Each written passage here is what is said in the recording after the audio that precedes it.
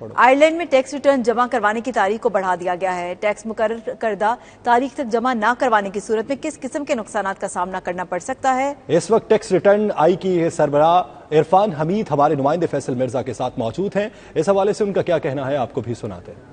Ireland کے اندر over 700,000 جو لوگ ہیں وہ سیلف امپلائڈ ہیں، جیسے پاکستان میں کہتے ہیں کہ ان کو ٹیکس گوشوارے جمع کروانے پڑتے ہیں، تو یہاں پہ بھی ایک فارم 11 ہوتا ہے ٹیکس ریٹرن وہ جمع کروانا پڑتا ہے۔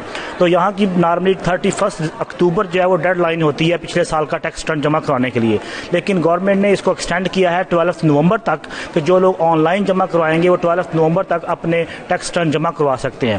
تو اس کے لیے ہم بہت سارے طریقہ کار ہیں، لوگ آن لائن جا کے راس پہ جا کے بھی جمع کروا سکتے ہیں۔ اس کے علاوہ taxreturn.ie جو ہماری ون آف کمپنی ہے اس پہ آن لائن جا کے 1 منٹ لگتا ہے، وہاں پہ اپنی انفارمیشن دے سکتے ہیں اور وہاں سے بھی وہ اپنا ٹیکس ریٹرن یہ سروس اویل کر سکتے ہیں۔